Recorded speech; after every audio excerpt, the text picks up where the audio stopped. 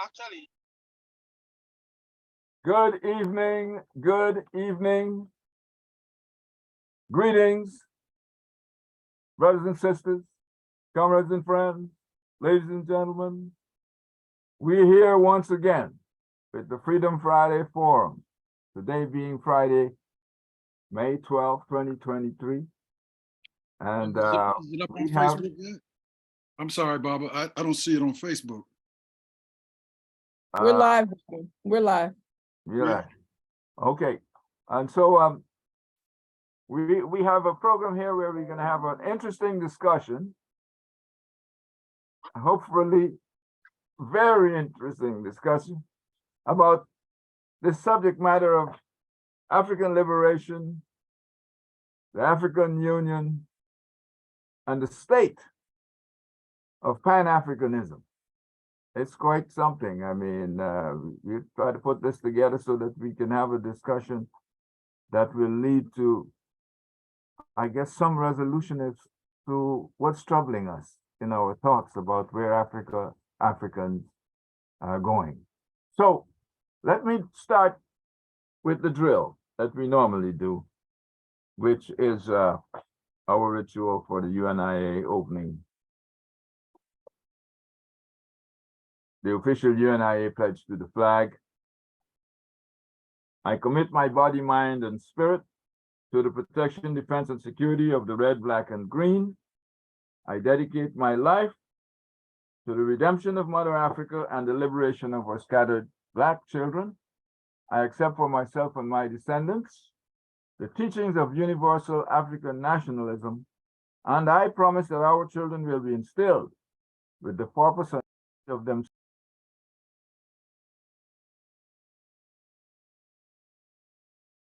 You're muted, Baba. You're muted, Baba. You're muted, Baba. Okay, I keep doing that, yeah. All right, and I promise that our children will be instilled with the purpose and knowledge of themselves as African people, in order that the cause of our struggle will neither falter nor fail until all Black people are free and united through one God, one aim, one destiny. Okay, let me also continue with the preamble of the Constitution of the UNIA-ACL.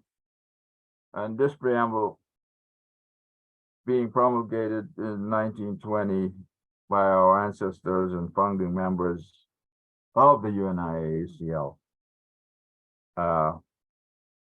In one statement, gives a kind of a broad picture of what we are about as an organization, government of African people.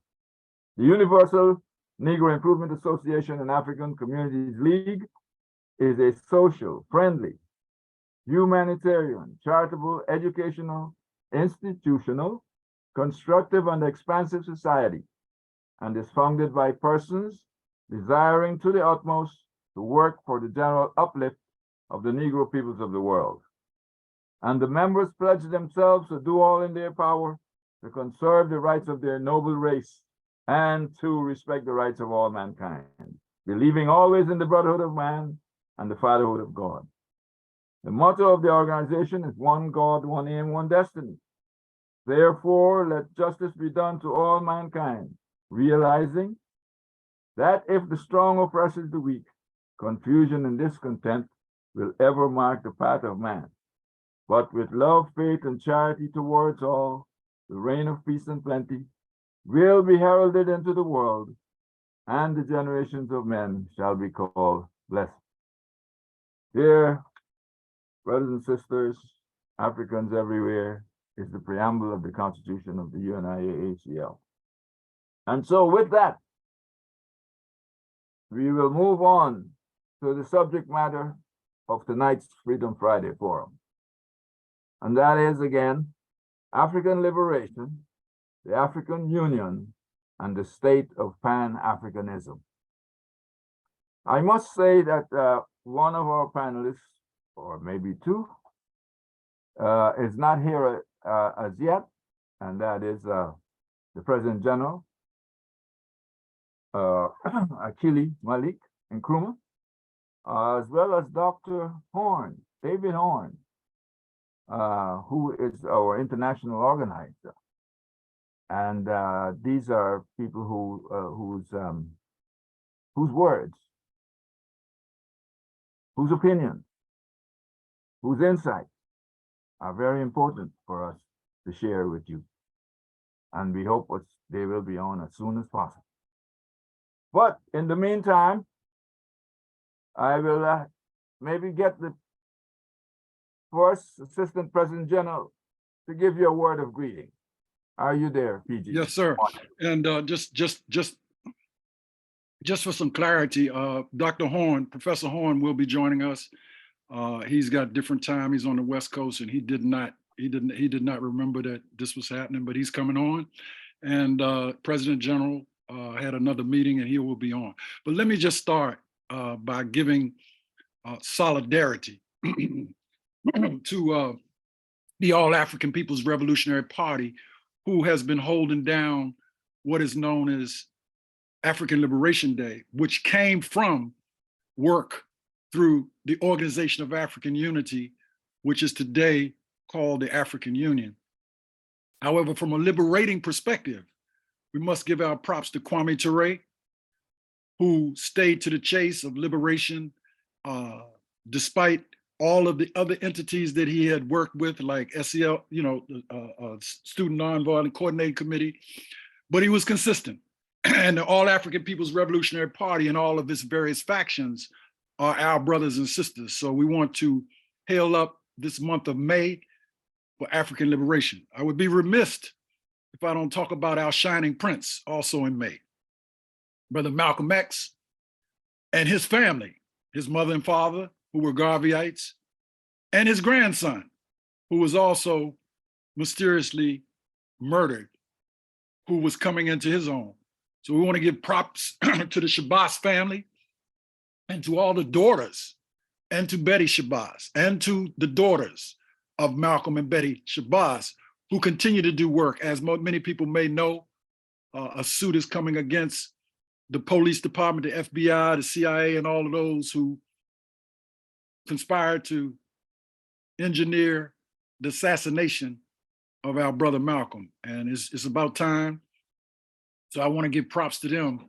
In terms of liberation, it is all about what our ancestors have paved the way. So it would be remiss if I don't mention two giants, the Right Excellent Honorable Marcus Mosiah Garvey and Queen Mother Amy Jocks Garvey. And let me be very clear. Amy Jocks Garvey helped us know the real Marcus Garvey and the real Amy Jocks Garvey by being not only his wife, but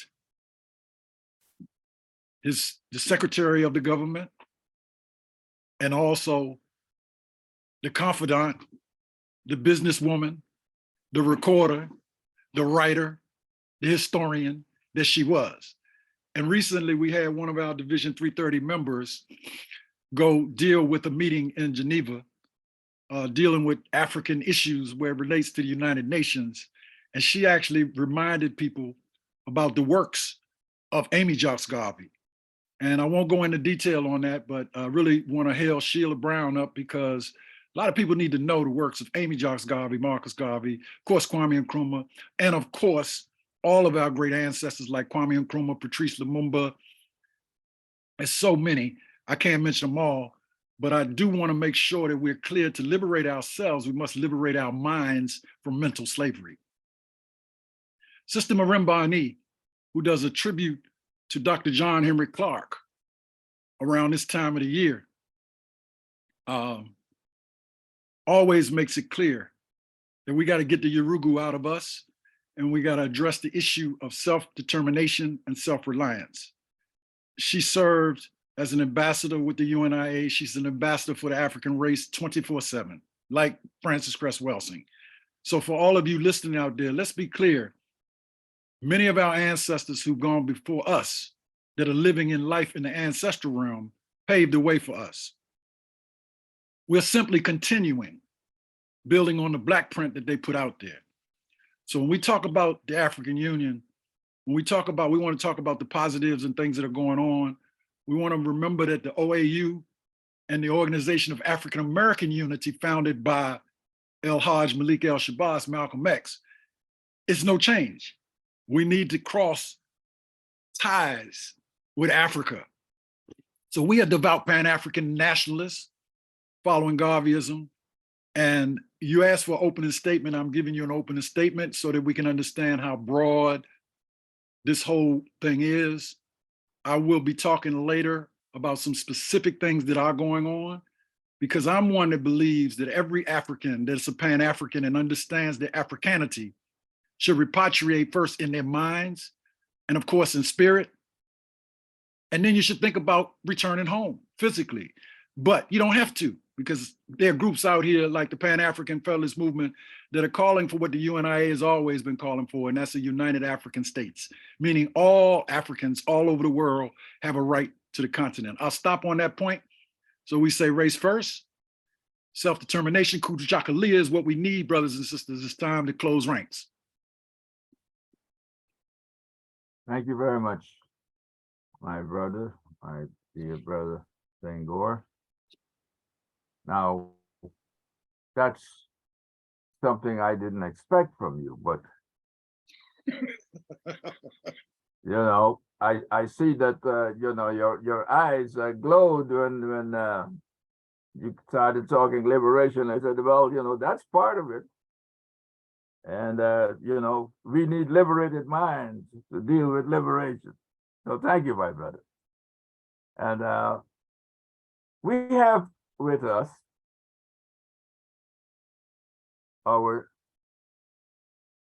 second in command or third in command to the UNIA-ALC 2020, our second Assistant President General, Dr. Chenzara Kahina. She's on with us, and that's another liberated mind. You're not going to find one any more liberated when it comes to dealing with the African diaspora, African descendants, AU, OAU, all kinds of organizations. I mean, that sister, or I said our sister, is hands-on when it comes to dealing with the African diaspora. I don't know how she's doing it. She's got to be having a hard time getting 8 hours sleep, but she's doing it. And let me present to you our sister, our second Assistant President General, Dr. Chenzara Kahina. Dr. Chen? Greetings and give thanks, Baba Mosi. Hotep, everyone. And it's always an honor and a privilege. It's great to be in the presence of a viewing and listening audience that desires to gather more information and to share updates on what all things addressing our African experience, whether it's through the lens of Garveyism, whether it's through a lens of understanding global Africanism, whether it's through a lens of Pan-Africanism, and with all of the various observances during the month of May as African Liberation Month, and not just African Liberation Day on the 25th, but not only Malcolm X Day on the 19th, but there's so many other observances that transpire during the month of May. I would be remiss, I'd like to take a moment to just give that reflection of silence for a newly departed ancestor who gave his life to this work around Pan-Africanism, around African fundamentalism, and was very instrumental in doing works to really force the hand of the African Union to actually do something on the ground for our brothers and sisters around the globe. And that is none other than Baba Oscar Brathwaite, who recently passed away in the areas of Canada, coming from a very Caribbean, African-rooted space. If we could just take a moment of silence.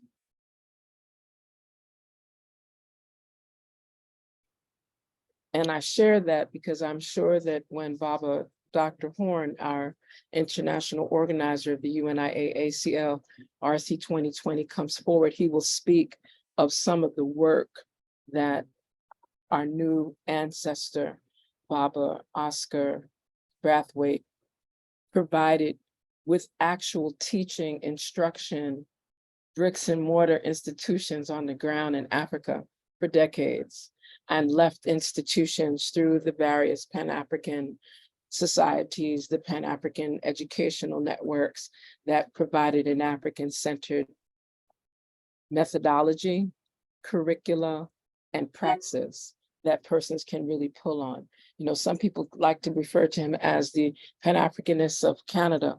I like to just see him as an African, revolutionary African man that made his choice to give his service and work to the global African spaces.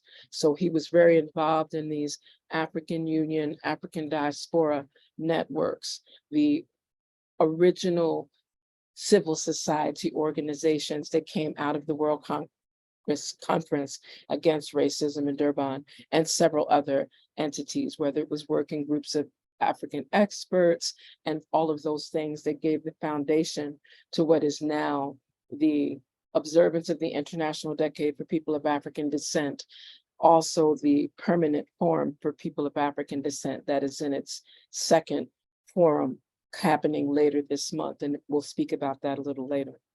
I would also be remiss if I did not highlight that this is a time where what the African Union is doing, and I encourage persons to, you know, if you'd like to know what the African Union feels that it's doing for African people, then go to their website, because that's where a lot of the documents are, their different resolutions, some of the minutes from their respective meetings, and it just gives persons a clear, a more definitive picture of the strategic, and I put it in quotation marks, strategic framework that are being delivered, implemented, and shared from the African Union, and how that relates to the African diaspora, because it relates to the African diaspora in different levels. Some persons are still within the AU navigating through these various constitutive documents that have been ongoing since quite early in the 21st century, and it's 2023. So there's a lot of inquiry in that regard. At the same time, there are other formations that have been established, whether it's the Caribbean Pan-African Network, the Emancipation Support Committee of Trinidad and Tobago, the African People's Socialist Party, the All African People's Revolutionary Party, that are actually doing on the ground work that is linked to, but not directly tied within what the African Union is doing. And I think it's really important as well to know that there's been a shift in leadership. And in that shift in leadership in the African Union, there's also a shift in focus and function. And with that, I'd like us to go ahead and open up for more discussion, and then we can provide different detail around the reforms, around the different agreements, around some of the resolutions that have come out of the African Union, and move it in a direction of what is most pertinent and most relevant within the UNIA-ALC 2020 and other African formations around the globe. So give thanks, Baba Mosi. Thank you, Dr. Chen. You know, that is opening the way for, is Dr. Horn here yet? No? Is he? I don't see him. Okay. All right. Well, let me then ask some questions. Well, before you go there, Baba, you know, because I like the way Dr. Chen summed up it for us to have some dialogue. A lot of what she mentioned was so important, and I want to also make sure people are aware, we in the African UNIA government, we know African women rule. And one of the big issues that has been a thorn in the side of our liberation is for brothers not standing up for our African queens. And so I want to thank Dr. Chenzara for being right there, you know, where she's been for a long time, not only working with revolutionary movements, but working with spiritual works. So I just want to hail her up, but I also want to add on something real quick, Baba Mosi, if I could. You mentioned liberating the minds of our people. One of the most important things that we as Africans have to do in Africa, in North America, Central America, South America, is to reclaim our heritage, history, and culture. And in doing that, we have to make sure that generations that follow us understand what we mean when we say liberate your minds. The Funkadelic used to have a saying, said, free your mind and your behind will follow. They didn't say behind, they said the other word, but I'll say behind. That's very important because in order for you to go anywhere physically, you have to use your mind. Marcus Garvey was very strong on that. Marcus Garvey was a very serious, constructive critic of the lack of Africans utilizing their minds to create their own self-reliance and self-determination. So all of the entities that were mentioned, and there's many, I could mention the Pan-African Federalist Movement, which comes out of the teachings of Sheikh Anta Diop, which is a coalition. I could mention the Nubian Leadership Circle, which both Dr. Chenzara and I work very hard to get the international tie-in to that national network of nation building. And I would also be remiss if I didn't say Happy Earth Day, 90 years of Honorable Minister Louis Farrakhan. And I think that's important, brothers and sisters. I mean, because, and it's not just because we about individuals, it's just about 90 years. He's been here 90 years and he's been burning fire. So we got to give his props. And despite what you say or think about the Nation of Islam, good, bad, or indifferent, they have stuck to the facts of Garveyism, meaning doing for ourselves. And I love the fact that he's still with us and he's still vibing strong. So I tie that into all the other things we already said, Baba, but it is important for us to recognize those that are still amongst with it. And thank you, Dr. Chenzara, for mentioning our brother, because there are brothers and sisters who have kept the flame on this side. And now when they move on the other side, as we know, life to life, they're gonna really, really be the angels in the revolution for us. And that's why it's so important for us to recognize the people like Runoko Rashidi, Tony Browder, who's with us. I'm mentioning ancestors and those who are with us, who are doing the work. Paul Coates, Baruch Muhammad, ancestor, Charles L. James. So I'm saying these names so y'all can Google them if you want to know more about them, because you can get information. And I got a brother coming to town, Brother Omawali, and I'm gonna stop on this point. Brother Hannibal Afrique. Brother Hannibal Afrique was a long-time member of the government of the UNIA. He was a member of the provincial government of Republic of New Africa. He was a member of the National Black United Front. He was one of the leaders of the Council of Independent Black Institutions. And our President General, Baba Kilian Nkrumah, was tied to the CB, as many of us in DC and other places were. And that's very important because the Council of Independent Black Institutions took charge of educating our brothers and sisters from a Pan-African perspective. And I'm happy to say I'm working with some of those graduates who are now have their own children. So we do have an intergenerational movement taking place. And this is all about educating ourselves and our youth. To me, the only way towards African liberation, reclaiming the land. Yeah, we want reparations, but we want repair. We want to be able to repair ourselves and not allow the same shortcomings and the same attacks that came against many of those great ancestors. So I'll stop on that point, Baba, but I wanted to highlight that fact that, you know, even though we have a president general that's a male and we have a first assistant, we have a second assistant, but the fact of the matter is we all come from the womb, and we are clear that one of the major reasons that we have not moved forward in the revolution is because not enough of us have learned how to respect the African woman for her leadership qualities, spiritually, mentally, and physically. So I say to everybody, respect the African woman is the first step in liberating your mind. And revolutionarily. No, what'd you say, Baba?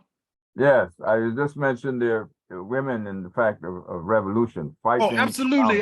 And this is for everybody, but certainly I'm speaking to the revolutionaries because the revolutionaries are paving the way for everybody. So, but it's important for everybody to respect the African woman. And that is critical. And that goes especially to those that are revolutionaries who, from what I've seen as serving in the UNIA, haven't really come to grips with how important that is. because you're not going to have no mental power until you got spiritual power. If you haven't read the course of African philosophy and understood that we are a manifestation of a higher being, we are particles of the creator, but we're not the creator. Garvey taught us clearly, we're particles. And so particles should unite to unite with the whole. The only way to get back to that is through the womb man, or through women power, African women power. I just stop on that point, Baba. Yes, thank you. Coming back to, the liberated mind, etc. It reminds me of, Dr. Ron Walters and how he had spoken of, the way we look at the African diaspora and African descendants and everywhere in a sense of how we relate to each other, interrelationships of us all over the world, how we got there and all that sort of stuff. I don't know if he had meant maybe we should stop harping on certain things like slavery and all that stuff. The fact is, we're where we are now, and we ought to be moving in a direction where we can come together to be, a link, a chain linked for progress.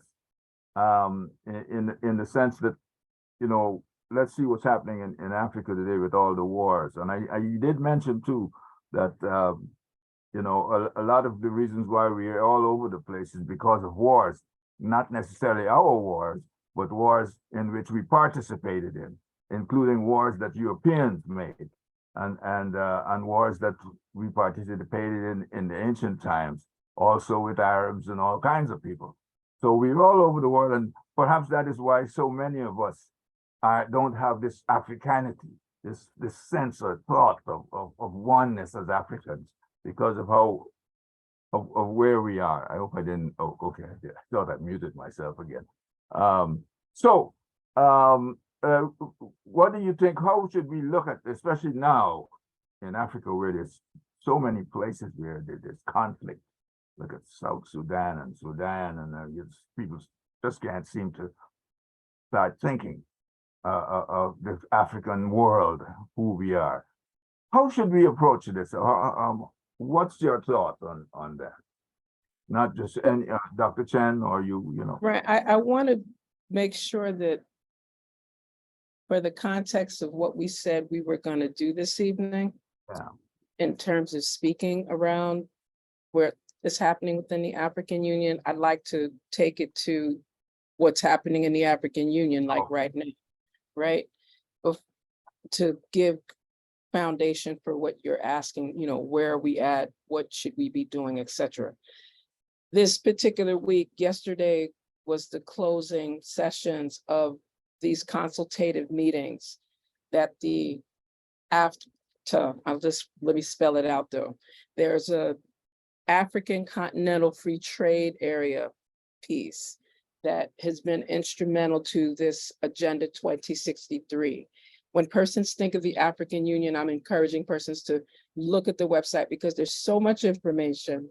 There's so many different layers of what the African Union is involved in that it would be to our best advantage and the best use of our time in our discussions, whether it's in this broadcast or other circles and other organizations, to be aware of the different tiers and the different building blocks of society that the African Union is involved in and has been moving in a direction towards. This particular African Continental Free Trade Area convening was a consultative meeting, yes, and they were reviewing trade policies in terms of how business, and I need to highlight that, how business is done, how economies are strengthened, how they're dealing with national reviews, how they're looking at African peer review mechanisms, how they're looking at activities that are influencing the Human Rights Council. And this is happening at a time while human rights violations are at an all-time high directed against people of African descent. Sudan is one example inside of the continent. Haiti is another example inside of the Caribbean. The onslaught of imbalance and police brutality and chaos with putting persons in chokeholds for 20 minutes in public spaces in places like New York. These things are happening to people of African descent in different parts of the globe. And this is also impacting what's happening with trade agreements and reviews and business and economies. So it's really critical that we get an idea of what are some of these regional economic communities that are sharing their respective experiences. How are these other social imbalances and other social issues and violations against the human rights of African persons affecting how we deal with African economy and African sustainability in these economies? And that's something that is taking place within these various African Union gatherings, meetings. They're doing a lot of review. They're looking at documentation to see how they can impact change. So let me just navigate some of the information that's been reported to us in regard to some of the representation that's there. So yes, we have persons from Algeria, Benin, Burkina Faso, Central African Republic, Cabo Verde, Chad, Cameroon, Congo, Cote d'Ivoire, Equatorial Guinea, Gabon, Sao Tome and Principe, the Gambia, Ghana, Guinea, Guinea-Bissau, Liberia, Mali, Mauritania, Morocco, Niger, Nigeria. I want persons to get the context of what's going on here in terms of the affairs of trade, inclusive of Senegal, Sierra Leone, Togo, and then different secretariats that are coming from other bodies inside of the African Union, inclusive of ECOWAS, UMAS, ECAS, and others. And I'm saying this because sometimes when we speak of the African Union, people are looking for what is it doing for us right now? They really operate on a policy level to then affect change on certain governmental processes, because remember that it's the heads of states that are central to the formation of the African Union, then reporting what is happening in their respective nation states, nations, countries, etc. And they're looking at some highlights right now around conflict resolution and what are the tools, what are the best tools for some form of reconciliation, ceasefire, and to cut back on the outright genocide that's happening in different parts of the African continent, the African world, which includes us over here on the other side of the Atlantic. And I just think it's important, and I encourage persons to go to the AU.org site, or even if you go to the AU-AFC-FTA.org site, so that you can see for yourself what's going on in terms of building capacity. How are they increasing persons' awareness of what the African Union is involved in and engaged in? And this lends me to my second point before we open up another layer of discourse on this, the question that you asked, Baba Mosi, so eloquently. This year, as quiet as it's kept, is the commemoration of what people now call Africa Day inside of the African Union, because most people feel that Africans are liberated fully. There are those of us on this side of the Atlantic that can see from a different perspective, and we know that liberation has to look different than what it's looking like right now on the African continent, with no apology on how we share that. But it's also been a series of media advisories that have been shared through the African Union's press network, that this is also the 60th anniversary. That's important. The 60th anniversary of the celebration of the Organization of African Unity, which was transformed in the opening of the 21st century to become the African Union. And even the shift of going from African Liberation Day, which was its original intention for May 25th in 1963, to calling it Africa Day, that brings another layer of engagement on, are we liberated? Have we unified? And are we authentically utilizing forms of social governance that uplift African people everywhere, not only in the 12 million square miles of the African continent, but the entire globe of the earth where Africans are, which is everywhere. So I just want to highlight that slogan that the African Union is using, which is quite different and to some much more diplomatic than what other organizations are using for African Liberation Day 2023. what the slogan is that's being pushed by the African Union is our Africa, our future. And that in of itself brings volumes of conversation around the legacy of what has taken place from 63 to present, the various activities that are marked from 1963, 1973. We can look at this very clearly. 1983, 1993, 2003, 2013, and then the present year. And what are the things that we need to highlight in awareness? What do we need to intensify? What are the ways in which we can make these Pan-African ideals and that groundedness that comes from Garveyism, of African fundamentalism, which is the foundation of the OAU? How do we bring that forward? And I close in this segment with this particular caveat. As we speak of African Women Lead, what preceded the Organization of African Unity and what gave the foundation for the Organization of African Unity in 1963 was the formulation by Pan-African women of the Pan-African Women Organization an entire year and some months earlier. So I'll pause there while we keep this conversation going. All right, very good. Very, very good. Can y'all hear me? Am I mute? Okay. Tech, Rube, let Dr. Horn in, please. Dr. Horn is waiting in the waiting room. And thank you for that, Dr. That was what you just laid out was very, very important, because a lot of people, even people who hear good things going on with the African Union or things that they might not appreciate, they need to understand, they need to study and keep track of it. Like Dr. Horn is going to remind us how important it is when we say African Union, well, it came from the Organization for African Unity. That's us.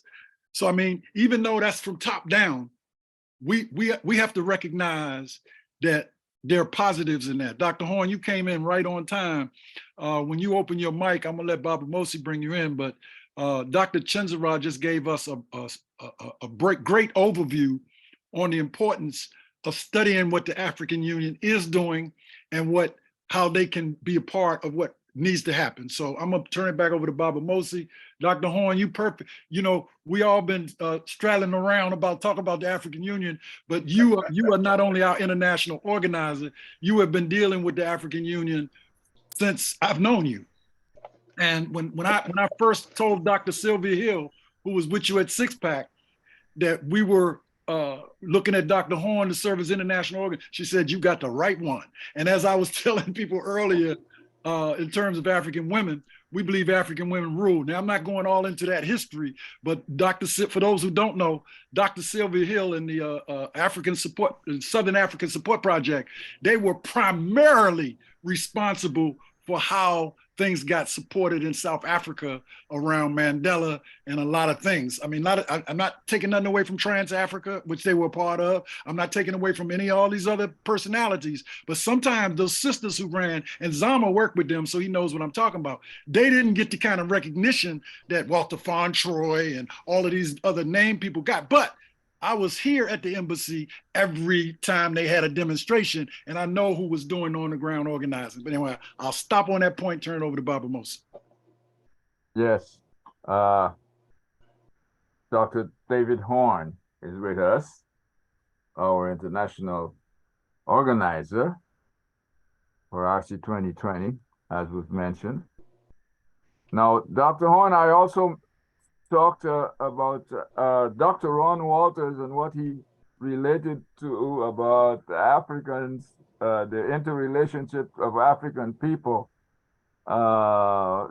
in speaking of Pan-Africanism. Well, we're not into that part yet, but so I'm gonna say, give us your pointers on what you think is the position of the AU right now in settling the kind of disturbed situation we have on the continent and our relationships with the diaspora. Can you, That's a big one, I'm sorry. that is a big question. Can you hear me? Yes. Number one, Hotep, everybody. Hotep, no. the comment that Senghor was making about African women rule, one quick footnote in terms of organizing the Sixth Pan-African Congress, the first time that we as African Americans had been able to show up on the continent to participate in a world meeting like that, had not Dr. Sylvia Hill and about 4 other women working with her taken over the 300-person African American contingent, would have never made the trip. The brothers who were in charge capitulated when the American government threatened the organization in this country. They did not want us to go. It was the sisters who had been consistent from the beginning until the end, when it got fierce and nasty. They came through. They made sure that we finished organizing. They made sure we had the plane ready to take us. They made sure that we got there.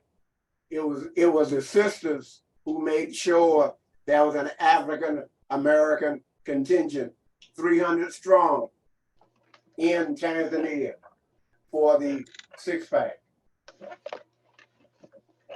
In terms of your question about the African Union and Pan-Africanism, let me be blunt.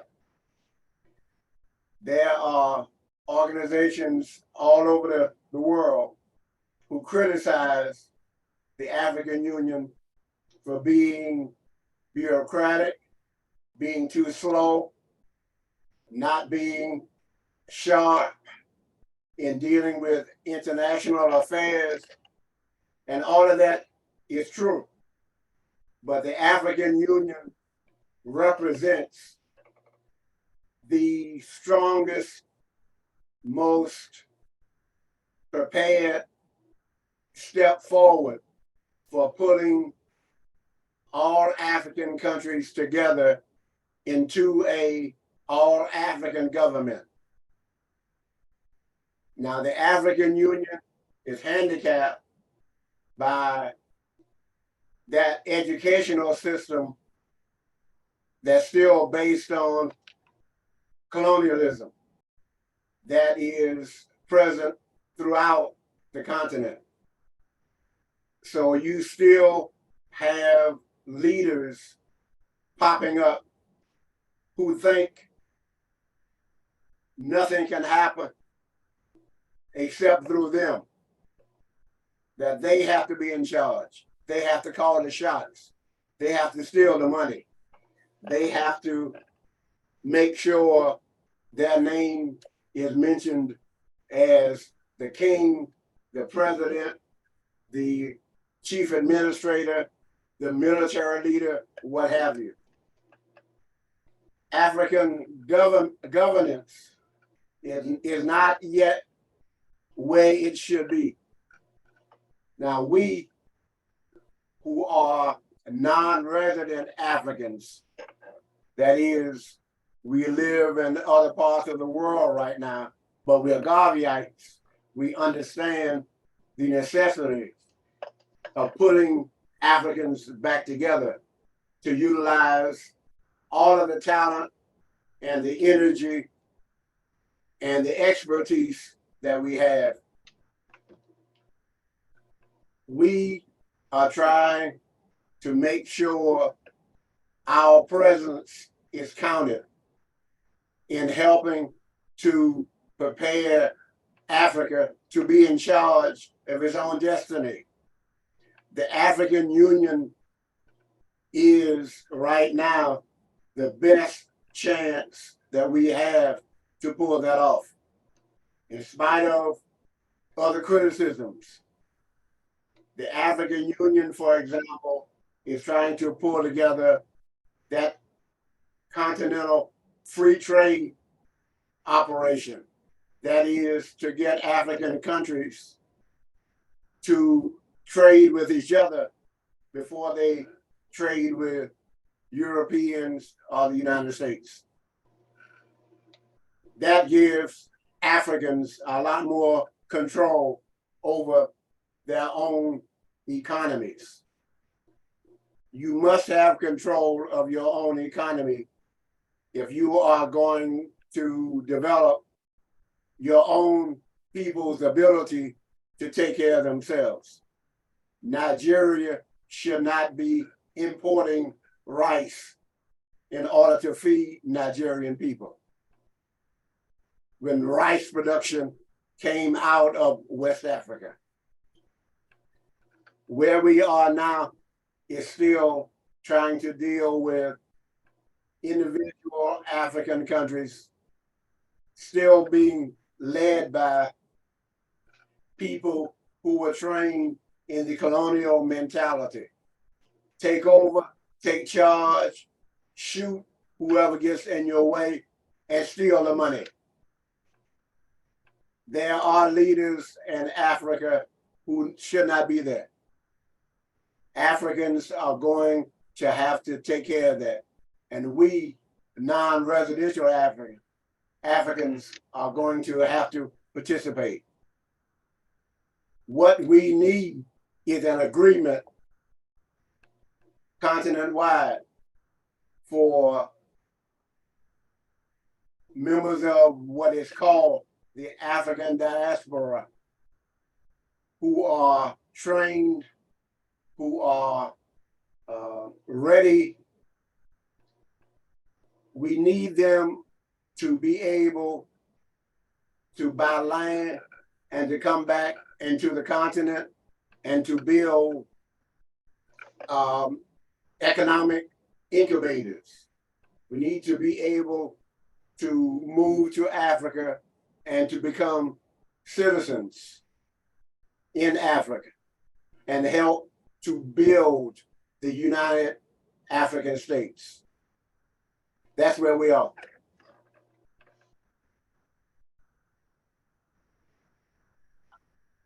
Excellent, David. Baba Mosi, you coming back up.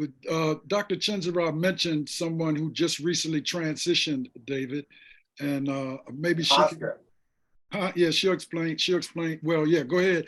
We wanted you to elaborate a little bit on his impact and his works on the African Union, because, you know, we know our ancestors still live, and despite the fact he's now in another realm, we are responsible for carrying on some of the great works that him and our other ancestors laid down.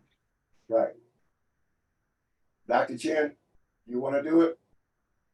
I did actually. I started with references a little earlier of where he was, his contributions within the body of the African Union, even pre-African Union, his teaching and development of technical institutions inside of the continent. And then I was going to lend it into speaking around Hassan, just in terms of letting the viewers and listeners be fully cognizant of the powerful work that he has always been involved in, his work within the 6th Region Diaspora Caucus, the Pan-African Diaspora Union, his efforts, and even in regard to him getting a little silent, and to certain years, as you know, as age weighs heavily on all of us, right? And he was very kind to give us a continuum of understanding what was essential in developing what is now known as STREAM, STEAM, and STEM, before that was coined, because that's the kind of work that he was really instrumental in sharing, and was a very well-respected educator. And there was several tributes that I was going to reference that were offered to him from some of the scholars and some of his students. that are now scholars and practitioners of the same type of institution building throughout the African continent. And he was a died in the war Pan-Africanist. He lived Pan-Africanism. He died as a Pan-Africanist. He was part of the organization that led to the conference against racism, xenophobia, and other such practices in South Africa. In 2001, he was part of the follow-up conference held in Barbados to pull more of the non-residential African talent together.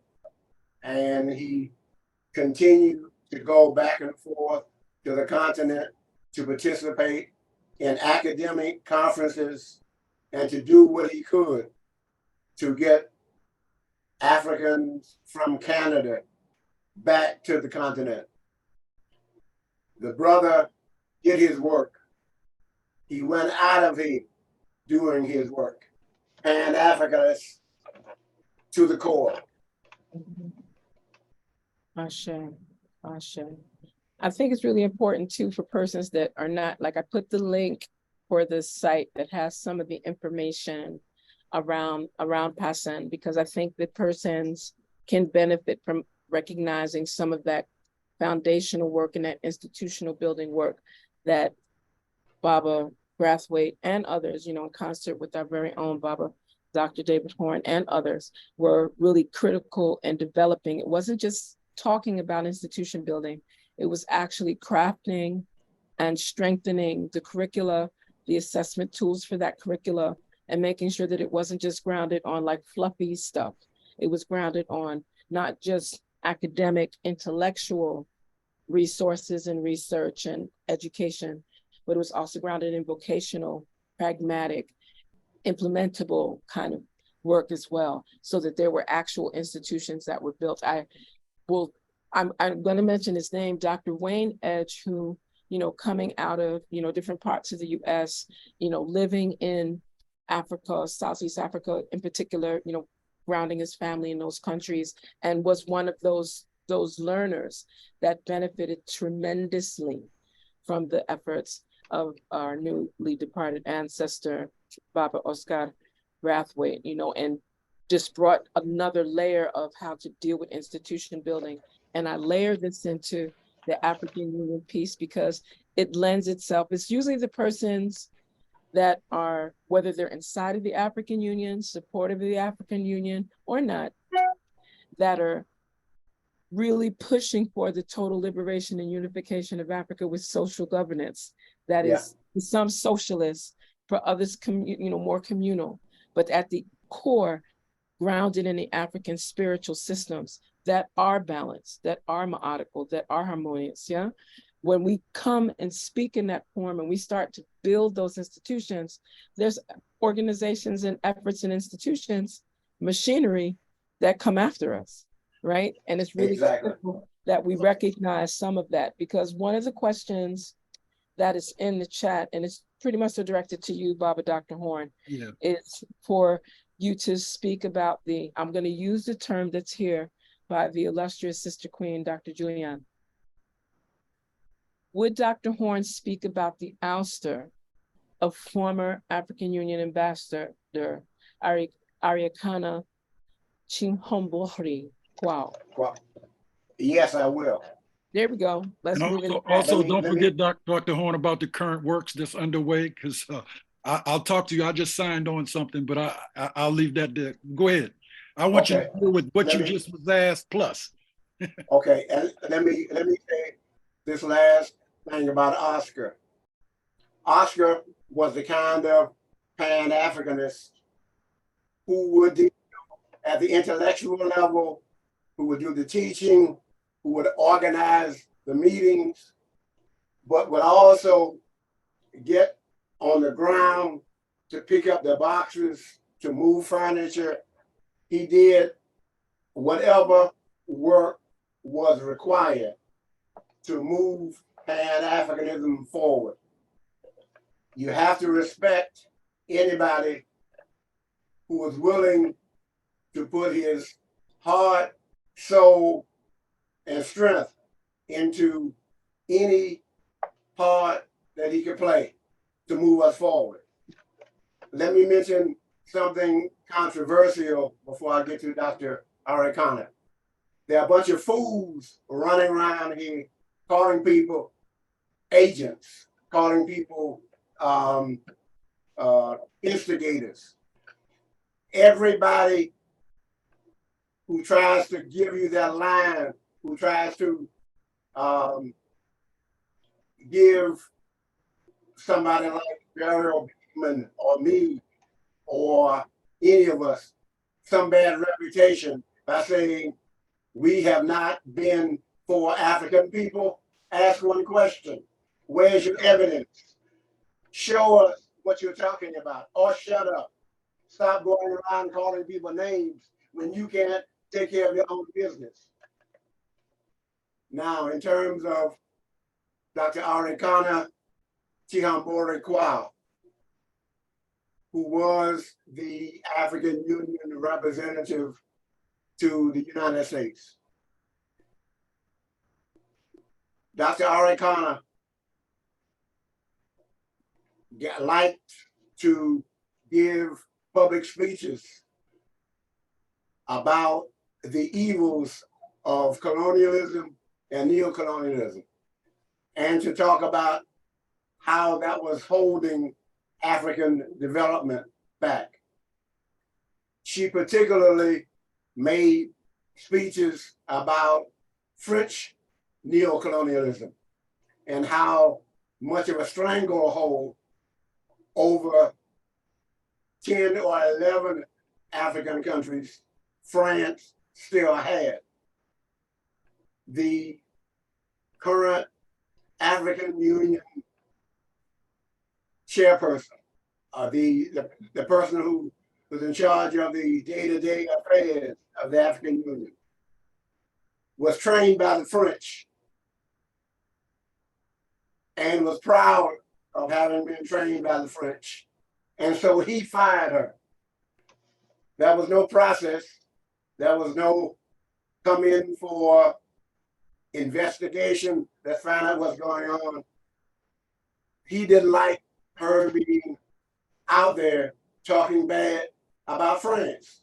And France needed to be talked about. France was slicker than the other former colonial powers. They made sure that they gave the sleight of hand.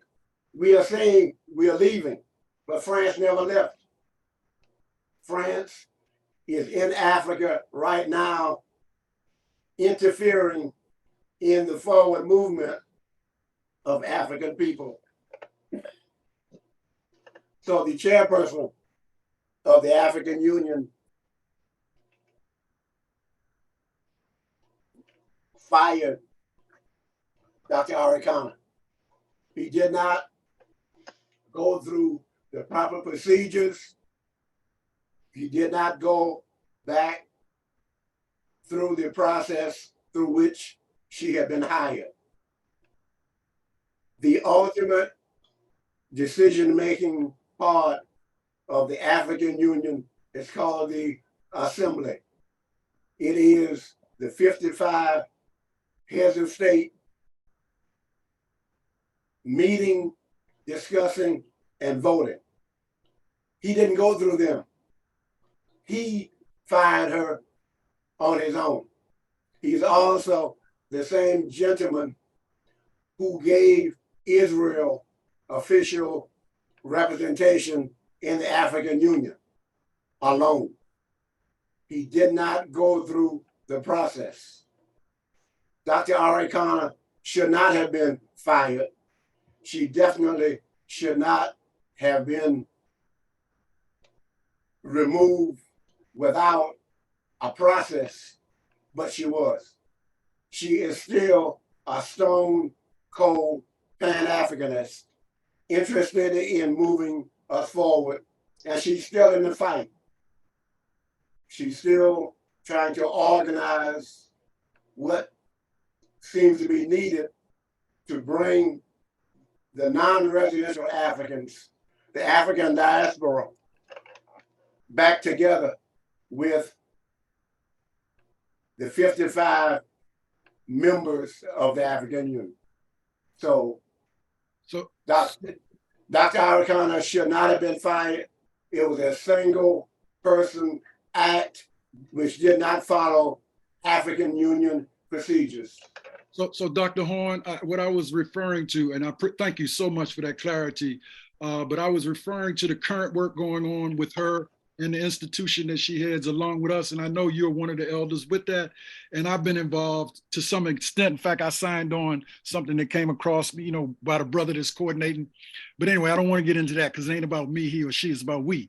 And that's what we're doing, working collectively. So I wanted you to also segue into the current work going on with her, because I know you are very much involved in that as well. Yeah. There is a discussion and a series of organizational gatherings to prepare for what is being called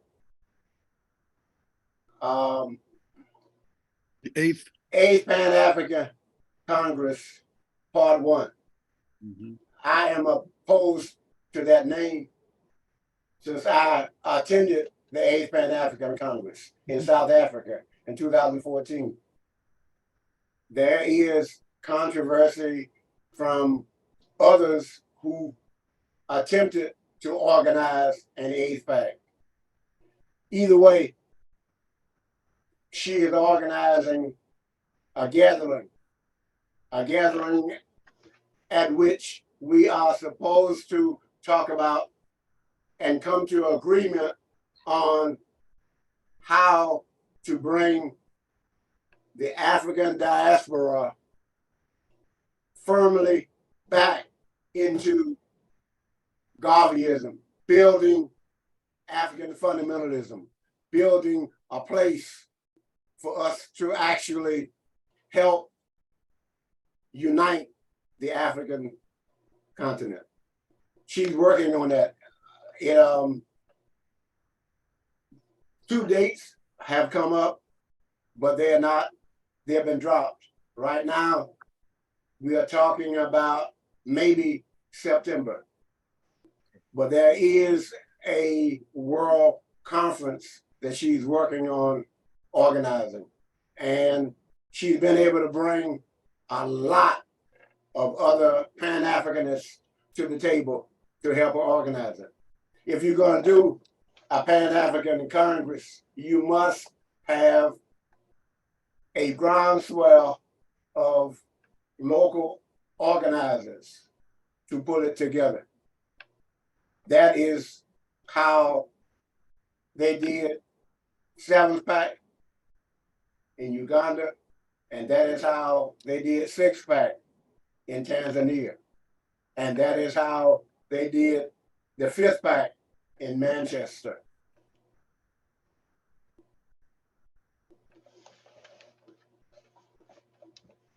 Baba Mosi? Yes. Okay. Thank you, Dr. Horn. Now, time is moving on. The President General is not here with us as yet, but and we have not yet really gone into this sphere of what we should call a Pan-Africanism, the state of Pan-Africanism. Yeah, are we talking about the same thing when you speak of? I'm saying the state of Pan-Africanism because we have a lot of organizations all over the world. What's in your mind as to where where this is going? I'll be real short and brief, but because I really want to hear from Dr. Chen and Dr. Horn on this, but I'm gonna be real brief. This practical Pan-Africanism is in action, man. There's stuff happening, and what I mean by practical Pan-Africanism, Dr. Horn mentioned something very important. He mentioned brothers and sisters going back and building or helping to build, which is critical. Well, I'm just going to tell you, the UNIA is going to be rolling out some specific details how Pan-Africanists can be a part and parcel of works that's going on in that regard, building on the ground. And when I say building, I'm talking factories. I'm talking about building heavyweight equipment, building roadways. Instead of complaining about the Chinese, complaining about the Europeans, we need to step in and provide a better service to our African continent than they provide. And that is happening.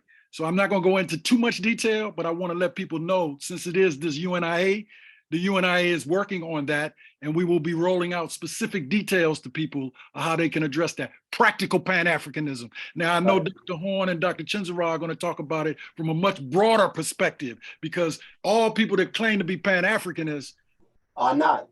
Thank you, Dr. Horn. Yeah. I'm going to leave it like this.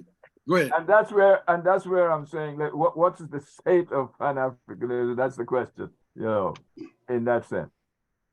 That's a very broad question, though, because when you say that, Baba Mosi, in all honesty, we would need a few other members in this platform, because there are so many different rays to that sunshine in regard to what is the state of Pan-Africanism, because some persons are very comfortable feeling that there's like a totality that we can say it's this or it's that, but there's things that's going on in places that we don't even touch that are supportive of Pan-Africanism, and we don't even know that are, because we just have not been, we haven't been as engaged, and we have not been as involved with one another on a authentic liberation. And I'm going to keep coming to that. And Nkrumah called it the total liberation and unification of Africa under a scientifically socialist government. Some persons don't handle that scientifically socialist government part well. Organizations that do handle that may not have the numbers or the mass engagement to be able to give a very accurate report to what question you just asked. But there are things that are happening in Vanuatu. There are things that are happening in Papua New Guinea. There are things that are happening in Australia. There are things that are happening with Pan-Africanism in Mauritius and Mauritania, as quiet as it's kept, all through the African continent. That's why I keep coming back to that 12 million square miles, just so we can kind of juggle that. There's a lot of places where things are happening, where people have boots to the ground, where people are building, where people are actually starting new forms of economy. They may be inside of internalized, seemingly insular African marketplaces, but there's trade going on. Persons aren't, not everybody's using fiat dollars. Not even everybody's using Bitcoin or cryptocurrency. Some persons are actually on the ground, navigating that reciprocation, that methodical exchange, that old-fashioned susu, so that they can survive and be completely off the grid from this chaos of this capitalist imperialist module that's just creating a type of genocide that's almost seemingly silent. It's one thing to just, at least some people are able to see somebody get themselves choked out. We got people getting choked out and it's silent. We got women being raped and bludgeoned to death. We got male children being raped, sodomized in places that we would never expect it to happen. And there's still a place of harmony that we're trying to navigate through. This situation in Haiti, we can talk about it. We can listen to what our illustrious sisters like Comrade Mirtha Del Suns is doing with the Montana group, and they've been on the ground, in the ground, getting chopped up, burying the dead, going out and fighting while we're having this conversation. We can speak about what sister queens like Ezili Danto have been doing to not just purify water, not just to do creative arts to tell this story, but to actually address on the ground, how do you protect people even in armored cars and vehicles? How do you help them from having their houses burned down, their children strangled and taken out of these spaces and murdered in the street? And how do we even address what these other institutionalized machineries of chaos are facilitating, whether they're called UN or whatever, right? These mercs that are doing this kind of stuff. And I say that because what's happening in the continent is a reflection of what's happening in wider global African world. What's happening in the global African world outside of the continent is a reflection of what has been tolerated and permitted inside of the African world. So that's why I like to come back into the inquiry around what is the state of Pan-Africanism? It's in a hellish state. Well, I mean, some people want to call it something else and say, well, we had the activity and we had a workshop and we had a conference and a seminar and a webinar and a Congress, whether it's 1, 2, 3, 4, 5, 6, 7, 8, 9, 10. But where are we right now in regards to making some headway?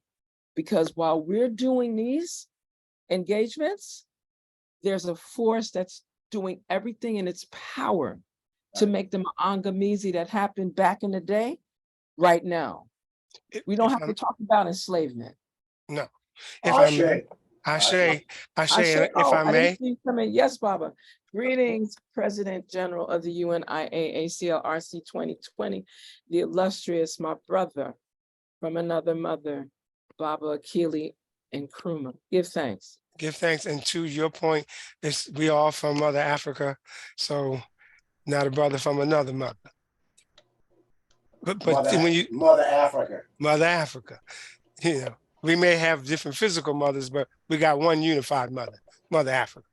But what I wanted to add to the statement of where is Pan-Africanism, look at the race.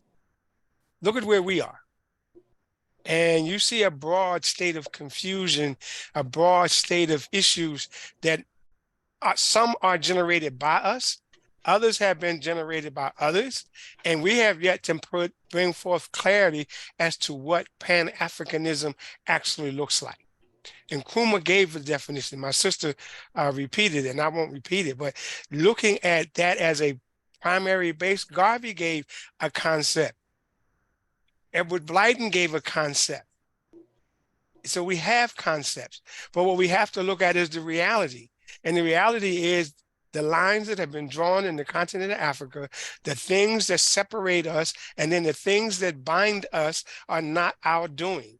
And so until we begin to recreate for ourselves what we know we need so that we can bridge the communication gap, which is by language itself, by those who oppressed us, who gave us their language, by bridging that cultural differences that they have exploited to make us think how different our cultures are, because I'm this tribe or that tribe or this degree or this one, or I'm this philosophy.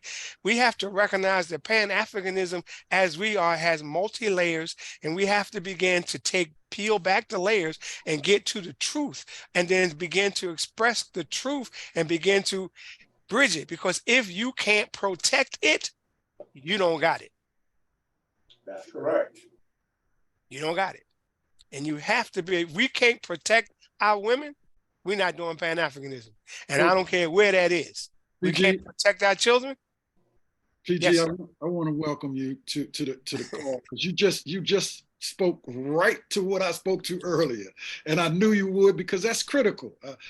I was just explaining to Baba Mosi and everybody in the Zoom how important that is to reclaiming our real, true African mind. Is to first reclaim and take care of our African women, who are our rulers. But anyway, I just wanted to shout you out. I'm gonna sit back and because it's been great, PG, by the way. And you came in right on time. Dr. Horn and Dr. Chinzara have laid a lot out. I told a lot of people earlier, I want to talk about liberation, because I think we need to liberate our minds, and then our behind will follow. But anyway, go ahead, PG. That's what the folks said. Well, that be truth. And it's the truth. That be truth. That's what goes first. That's what they took from us first. They didn't first take the behind. They first took the mind. Absolutely. And the behind followed. Absolutely, PG. And I'm going to be quiet. I just No. I say this for a reason. I'm not going to not talk, but I do want to make sure I hear, because what I believe I missed, I believe I know. And when I say that, I believe I know Dr. Chinzira's position on Pan-Africanism. She eloquently stated it. I believe I know David Horn's as well as yours. So when I say I know, I don't know everything, but I do know the direction that we at RC 2020, the UNIA-ACL are moving in, and I do know the forces that are moving us in that direction. So those forces that are moving us are the forces that you brought to bear, not me. I'm just a part of the process. Good, good. The Welcome, PG. Thank you, sir. And, thank you for being here. And The only- I think we have the full complement now, so that we can get this conversation to the point where when the audience disappears or has left us, they will have in their mind that the UNIA-ACL-RC 2020 is on the ball. They're paying attention. And the peoples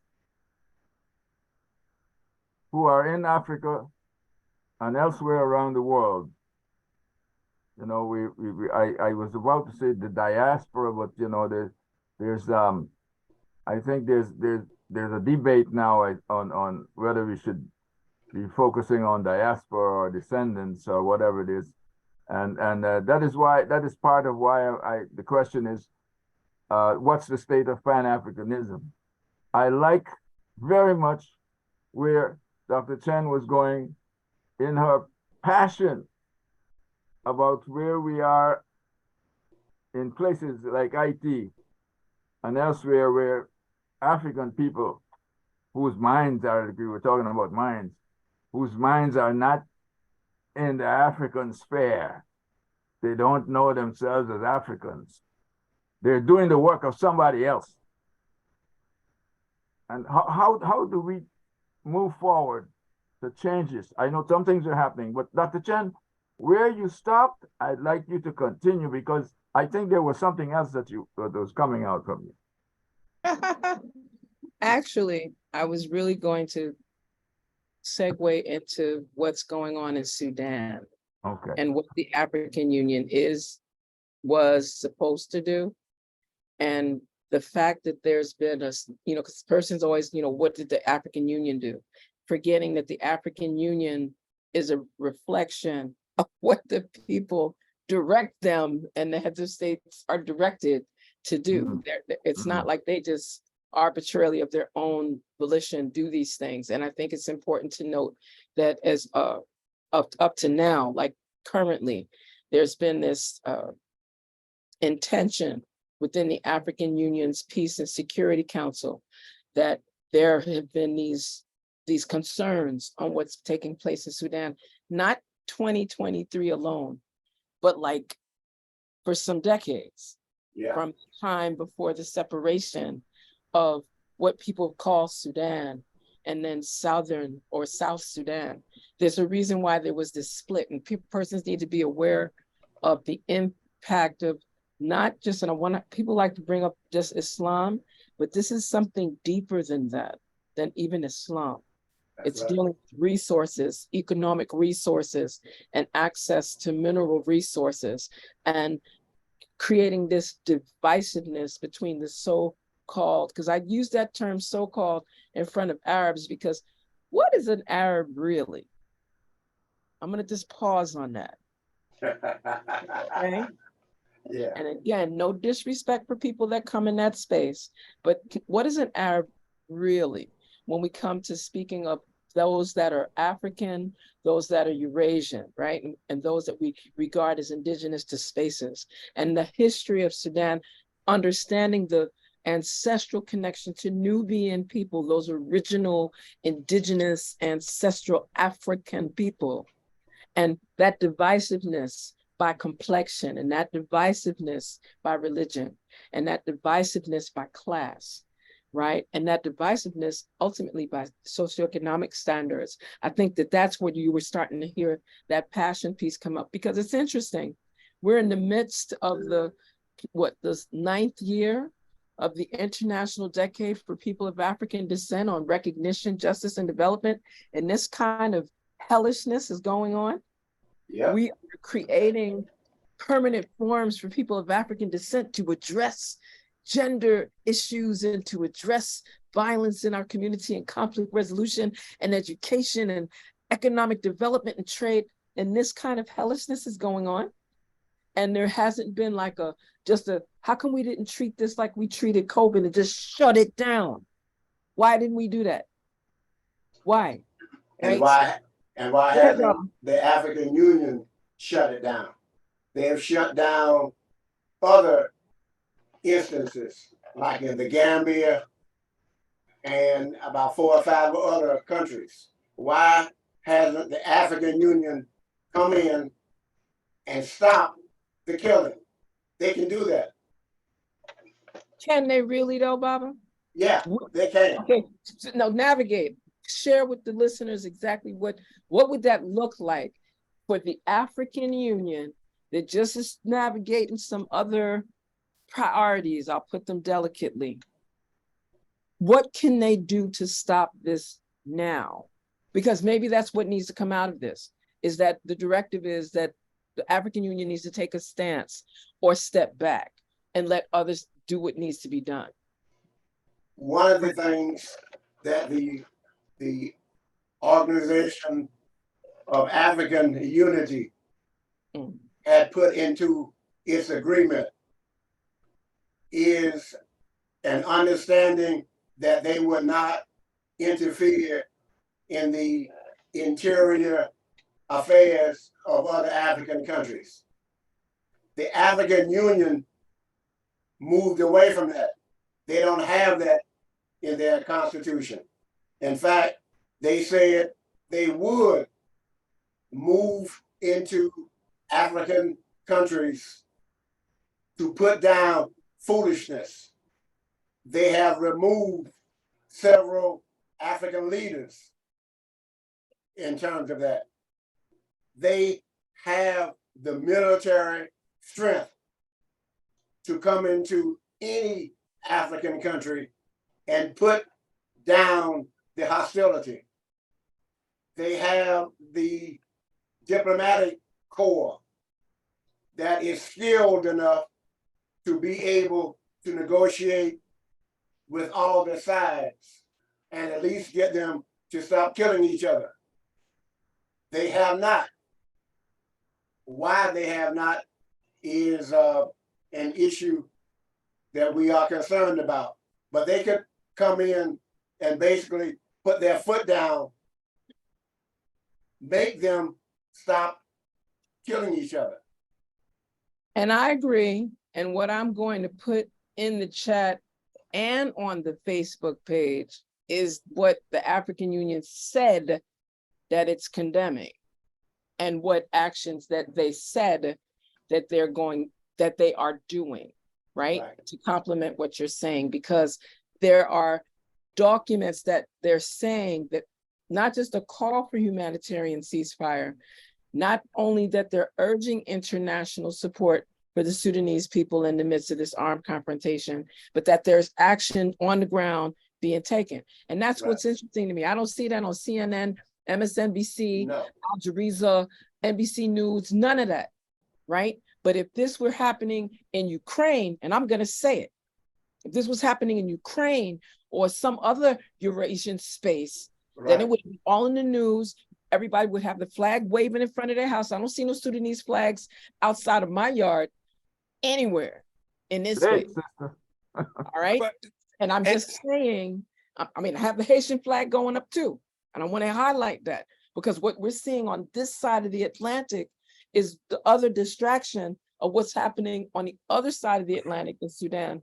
And they're making sure that we're so focused on this other chaos and threat and other troubling activities and figuring out, is there another kind of health issue that they're creating to dismantle our balance as humans, that we don't even go and look on their website to see that the African Union has engaged in bringing military force on the ground, has engaged, and there's been some loss of life just because they're attempting to shut it down.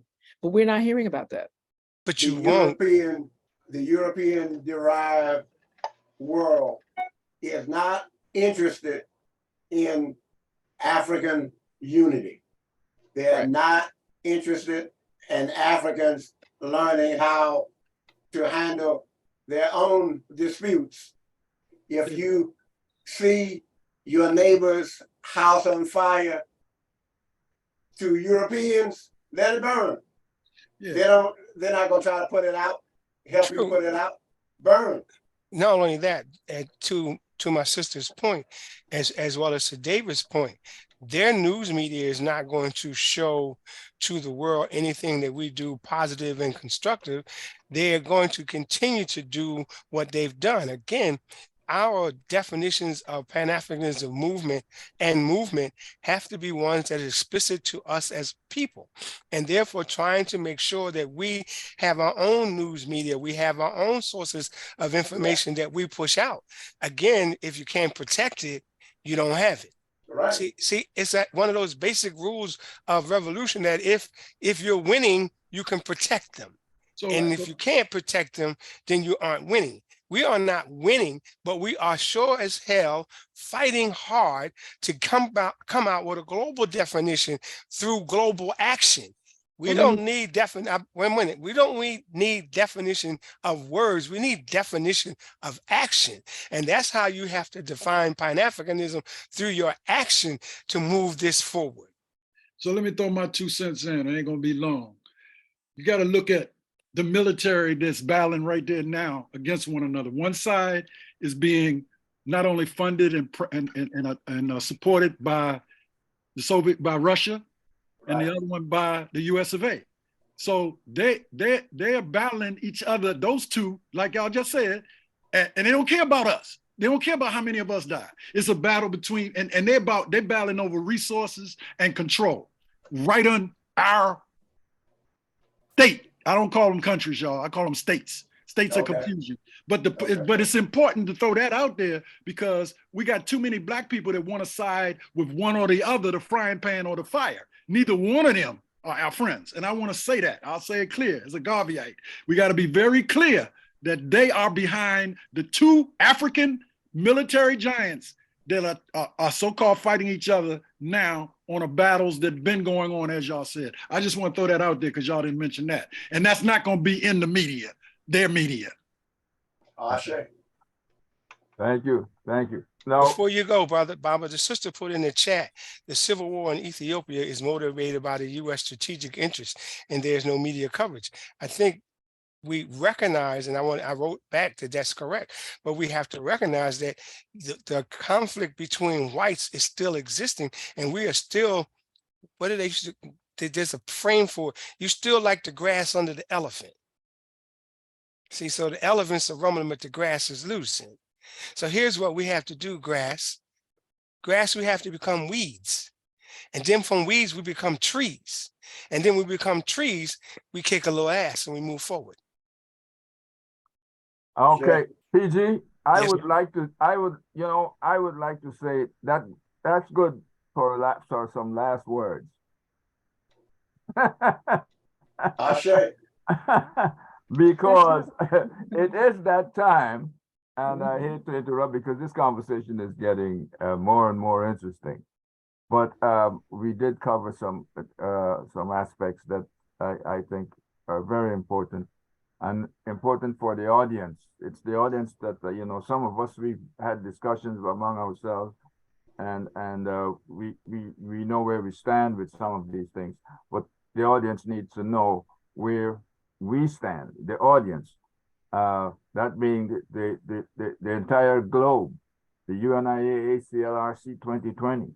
Where is the leadership in these issues? And so some of that has come out tonight, and we can't have it all coming out in just this small, this 90 minutes that we put together to do this. But I think it's important that some understanding has come out from you, and I hope that the audience gets that, and they're satisfied that the UNIA-ALC 2020 is moving forward to do things to ameliorate the issues that are confronting the African world. And the African world, whether we want to call it diaspora or whether we want to call it African descendants everywhere. It is that that we are interested in. Is that what the UNIA is all about? It's about Africans everywhere. So I want to thank you again. I want to thank the panelists, and I want to thank the audience, Facebook or elsewhere, that for being here with us this evening. We would like you to go on YouTube when this is uploaded and give us some liking. I guess you can like us too. And you can join the UNIA regardless of where you are. That's of course. Yes, check us out. We got a Facebook page. You see that, www.UNIA-ALC2020.com. I guess it's under construction, but yeah, that's for everybody to check out. You can also check out www.UNIADivision330.org. So and to get some interesting information. Now, thank you. Now, let me say our next Freedom Friday Forum will be the 26th of May, and we'll be dealing with another aspect of the African world, and that is the Pacific aspect. And this deals with West Papua. We're going to have an interesting discussion there about where this issue of freeing the people of West Papua is going. This issue of Indonesia still dominating and still militarily occupying the West Papuan people. So with that, I will bring to a close by saying the motto, or shouting the motto, or asking you to raise your right fist. One God. One God. One aim. One aim. One destiny. One destiny. Thank you very much. And have a good night, everybody. Mandela. Grateful, PG. Is react to. Why,